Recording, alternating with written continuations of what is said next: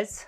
So I hope आपको हमारे first 2 video subject verb के समझ में आए होंगे and I would want you guys to comment and ask whatever doubts you have because this is one of the most important या one of the most asked questions in spotting errors. Right? Subject verb में ही आज हम केवल एक conjunction की बात करेंगे because it can be used in a lot of ways. तो जैसे मैंने पहले ही बात करी थी कि सब्जेक्ट वर्ब के मेजर क्वेश्चंस हमें कैसे पता चलेंगे जब दो नाउन्स या दो सब्जेक्ट और वर्ब, ठीक है, तीन चीज़ें साथ में होंगी. तो हम बात कर रहे थे किन किन तरीके से हम दो नाउन्स को जोड़ सकते हैं. तो हमने पिछले वीडियो में बात करी थी ऑफ और बट की. आज हम बात करेंगे थर्ड कंजंक्शन हमारा, दैट इज एंड. बहुत इंपॉर्टेंट कंजंक्शन है, बहुत ज़्यादा आता है, बहुत सारी तरीके से यूज हो सकता है. अब सबसे पहला इसका पॉइंट क्या है, and is the only conjunction जब हम सब्जेक्ट वर्ब की बात करते हैं जो दो चीज़ों को जोड़ सकता है. एंड के अलावा अगर कोई भी कंजंक्शन है, जैसे हमने कल ऑफ की और बट की बात करी थी, या तो वो पहले वाले की बात करेगा या वो दूसरे वाले की बात करेगा, बट एंड अकेला ऐसा कंजंक्शन है जो दोनों को जोड़ सकता है, 1 + 1 2 बना सकता है. सो अब इसका पहला यूसेज क्या है. अगर मैंने लिखा राहुल एंड अंकित, तो एक राहुल और एक अंकित अकेला कंजंक्शन है. इसकी जगह मैं कोई भी और कंजंक्शन लिखता, of, but, as well as, neither, nor, कुछ भी और लिखता, तो या तो इसकी बात होती या इसकी बात होती. लेकिन अगर मैंने एंड लिखा है तो इन दोनों को जोड़ा जा सकता है. तो राहुल और अंकित दो लोग हो गए, दो लोग हो गए तो this becomes plural, and plural हो गया तो इसके आगे क्या लगेगा, are, were, have, etcetera. So this is our point 1. अगर हम दो नाम जोड़ेंगे तो एंड के साथ तो वो प्लूरल हो जाएगा. सेकेंड यूसेज इसका क्या होगा, आर्टिकल्स. आर्टिकल्स क्या होते हैं, ए, एंड द. सो अगर मैं दो आर्टिकल्स यूज करता हूं तो मैं दो लोगों की बात कर रहा हूं. एक आर्टिकल यूज करता हूं तो मैं एक आदमी या एक चीज की बात कर रहा हूं. राइट. सो अगर हम दो आर्टिकल्स यूज कर रहे हैं तो हम दो चीजों की बात कर रहे हैं, और अगर हमने एक आर्टिकल यूज किया तो मैं एक चीज की बात कर रहा हूं. फॉर एग्जाम्पल, अब मैंने ऊपर वाले में लिखा अ टीचर एंड अ फ्रेंड, तो इसमें क्या हुआ, एक आपका टीचर और एक आपका दोस्त, दो अलग अलग लोग हैं. और इसमें मैंने लिखा अ टीचर एंड फ्रेंड, एक ही आदमी है जो आपका टीचर भी है और आपका दोस्त भी है. तो इसमें हम दो लोगों की बात कर रहे हैं, एक टीचर और एक आपका दोस्त. इसमें हम एक ही जने की बात कर रहे हैं जो टीचर भी है और आपका दोस्त भी है. तो यहाँ पे प्लूरल, यहाँ पे सिंगुलर.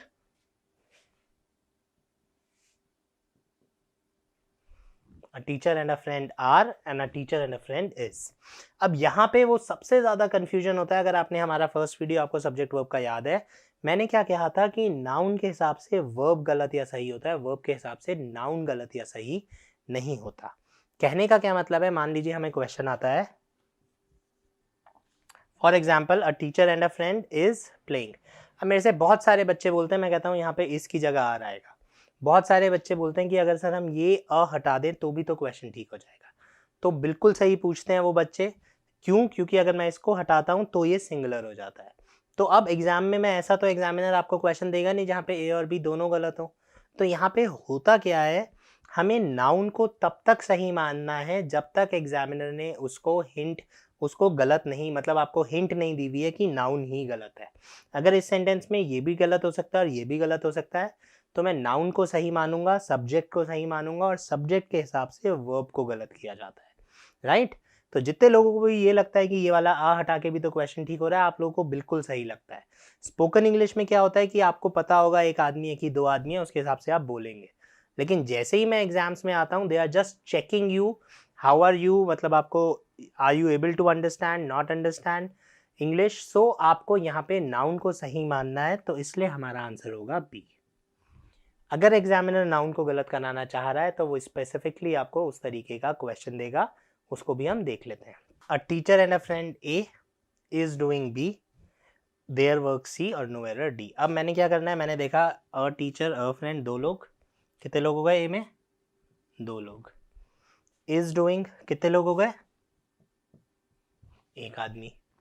देयर वर्क कितने लोग हो गए, दो आदमी. तो कौन सा गलत हो गया, बी गलत हो गया. तो अगर एग्जामिनर नाउन को गलत कराना चाहता है तो वो क्या करेगा, वो आपको दो जो सेम है वो दो सही है.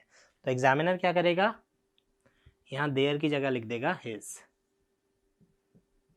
तो अब ये एक आदमी, अगर आप इसको सही मानते हो तो आपका बी और सी दोनों गलत होता है। यहाँ पे आपको आर लिखना पड़ेगा, यहाँ पे आपको देयर लिखना पड़ेगा, जो कि पॉसिबल नहीं है क्योंकि हमारे को एक ही सेंटेंस, एक ही पार्ट गलत हो सकता है।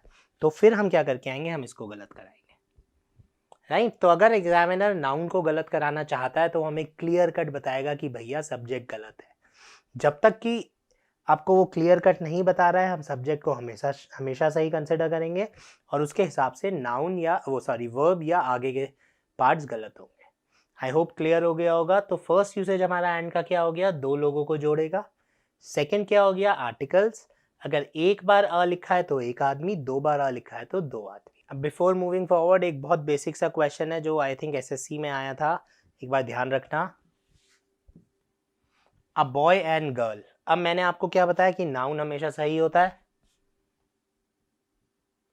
लेकिन यहाँ नाउन लॉजिकली गलत है। अब a boy and a girl एक आर्टिकल है तो एक आदमी होना चाहिए, एक चीज होनी चाहिए, तो आर गलत होना चाहिए। But a boy and girl एक ही चीज या एक ही आदमी, लड़का लड़की दोनों नहीं हो सकता, राइट। तो यहाँ पे मैं नाउन क्यों गलत करूंगा, क्योंकि नाउन गलत है। हमें पता है कि यार ये तो पॉसिबल ही नहीं है कि एक ही आदमी लड़का भी हो और लड़की भी हो, तो इसलिए मैं यहाँ पे अ लगना चाहिए था, राइट। तो ऐसी चीज़ों को अगेन मैं वही बात बोल रहा हूँ कि जो मैं बोल रहा हूँ रटना नहीं है, समझना है, राइट। अगर नाउन और वर्ब में से कुछ भी गलत हो सकता है तो वर्ब गलत करेंगे, बट यहाँ पे नाउन साफ साफ गलत था तो हमने नाउन को गलत कर दिया। आगे मूव करते हैं। इसका थर्ड पॉइंट होता है कॉम्बिनेशन नाउन्स। अब यहाँ पे यूजुअली अनकाउंटेबल नाउन्स आते हैं तो उनके साथ एक भी आर्टिकल नहीं आता। क्योंकि एक भी आर्टिकल नहीं आता तो मुझे यही नहीं पता चलता कि वो एक है कि दो है। तो अगर वो कॉम्बिनेशन में यूज होते हैं तो मैं उनको एक मानूंगा, अगर वो कॉम्बिनेशन में यूज नहीं होते तो मैं उनको दो मानूंगा, राइट। अब यहाँ पे सबसे ज्यादा जो चीजें आती हैं वो आती हैं आपकी फूड आइटम्स, जैसे फिश एंड चिप्स एक बहुत कॉमन वर्ड है, राइट। ये एक कॉम्बिनेशन है जो कि आपको साथ में ही मिलता है, फिश के साथ चिप्स मिलेंगे। अगर मान लीजिए मैकडॉनल्ड्स बर्गर के साथ फ्राइज फ्री देता हो तो वो एक डिश बन जाती बर्गर एंड फ्राइज, तो आप उसके आगे, क्योंकि वो कॉम्बिनेशन हो गया, आप उसके आगे इज लगाते, राइट। सो कुछ इंग्लिश कॉम्बिनेशंस हमें याद रखने पड़ेंगे। Fish and chips is one of them, ये सबसे ज़्यादा आता है। अब अगर हिंदी के आए नहीं है, मैंने कभी देखे नहीं है, बट सेम चीज़ है। अब आप इसको अगर समझने के हिसाब से देखेंगे तो छोला भटूरा या राजमा चावल, राइट। तो जहाँ पे वो साथ में, या कढ़ी चावल, तो जब आप किसी आदमी को बोलेंगे आप ठेली पे मुझे भूख लग रही है, मैं खाना खाने जाता हूँ, से भैया कढ़ी चावल देना, so he will give me a plate of that, right. So it's combination. तो कढ़ी चावल इज गुड, ठीक है। Kadhi and chawal are good नहीं बोलूंगा, kadhi and chawal is good बोलूंगा। हिंदी में हम उस जगह पे एंड नहीं लगाते, तो फर्क क्या है, हिंदी में कॉम्बिनेशन नाउन्स में एंड नहीं लगता, इंग्लिश में कॉम्बिनेशन नाउन्स में एंड लगता है। तो हमारे को क्वेश्चन थोड़ा सा मुश्किल हो जाता है, मुझे सेंटेंस पढ़ के समझना पड़ेगा कि वो कॉम्बिनेशन में है या कॉम्बिनेशन में नहीं है। तो इसका एक बहुत अच्छा एग्जाम्पल है जिसको अब हम बात करेंगे, शायद उसके बाद ये क्लियर हो जाएगा। तो गाइस हमने 3 बार एक ही वर्ड लिखा है, bread and butter, bread and butter, bread and butter. तो इसको हमने 3 बार इसलिए लिखा है क्योंकि इसके 3 डिफरेंट मीनिंग्स होते हैं। सबसे पहला जो ब्रेड एंड बटर का मीनिंग होता है, ये एक मुहावरा होता है, ईडियम बोल सकता हूँ मैं। ब्रेड एंड बटर होता है रोजी रोटी। तो जैसे ही मैं इसको रोजी रोटी की तरह यूज करता हूँ, ये कॉम्बिनेशन नाउन हो जाता है। क्योंकि ये कॉम्बिनेशन नाउन हो जाता है तो हम इसको कंबाइन करके सिंगुलर मानते हैं। तो अगर मैं रोजी रोटी की बात कर रहा हूँ तो आगे लगेगा इज। अब जैसे ही मैंने आगे लिखा इज डिफिकल्ट टू अर्न, आप लोगों को समझ में आ गया कि यार ये वो ब्रेड पर बंद मक्खन या ब्रेड मक्खन की बात नहीं कर रहा है, ये कुछ और चीज़ की बात कर रहा है। तो यहाँ पे ब्रेड एंड बटर जो हमें बाजार में मिलती है उस ब्रेड एंड बटर की बात नहीं हो रही है, तो इसलिए bread and butter is difficult to earn. अब बाकी दोनों में ये ब्रेड बटर है। अब समझना क्या है, अगर मक्खन जो है वो ब्रेड पे लगा हुआ है, if the bread butter is spread on the bread and it is being used as a breakfast, मतलब अगर वो ब्रेकफास्ट का या खाने की कोई चीज़ की तरह से यूज़ हो रहा है, ब्रेड पे लगा हुआ मक्खन जो आप टोस्ट खाते हैं, तो हम उसको मानेंगे सिंगुलर। और अगर ब्रेड अलग है, मक्खन अलग है, दो अलग अलग आइडेंटिटीज़ की बात कर रहा हूँ, तो हम इसको मानेंगे प्लूरल। तो यहाँ पे सेंटेंस पे डिपेंड करता है कि ये सिंगुलर है या प्लूरल है, राइट। तो ये मेरा फेवरेट सेंटेंस है, जितने लोग मेरे से पढ़े हुए हैं उन्होंने इसको बहुत बार सुना होगा। Bread and butter is expensive in this restaurant, bread and butter is expensive in this bakery. अब अगर एग्जामिनर ये क्वेश्चन देता है तो उसने ब्रेड एंड बटर को तो उसने ब्रेड एंड बटर को सिंगुलर बना दिया। तो दोनों सेंटेंसेस में केवल एक डिफरेंस है, रेस्टोरेंट और बेकरी का। तो अब मुझे देखना है, दिमाग लगाना है, रेस्टोरेंट में कैसा बंद मक्खन मिलता है। रेस्टोरेंट में आपको बंद मक्खन मिलेगा खाने वाला, right. So bread and butter is expensive in this restaurant, बिल्कुल ठीक है, क्योंकि ब्रेड पे मक्खन लगा हुआ है, गया नाश्ते की बात करोगे। फिर जब आप बेकरी में जाते हैं तो आप खरीदने जाएंगे, ब्रेड अलग मक्खन अलग।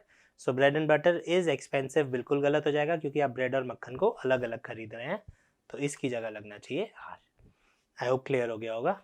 So guys the last point जो हमें याद रखना है कि अगर ईच या एवरी में से कोई भी एक वर्ड 2 बार इस्तेमाल हो या 1 बार इस्तेमाल हो तो हमेशा वर्ब सिंगुलर होगा।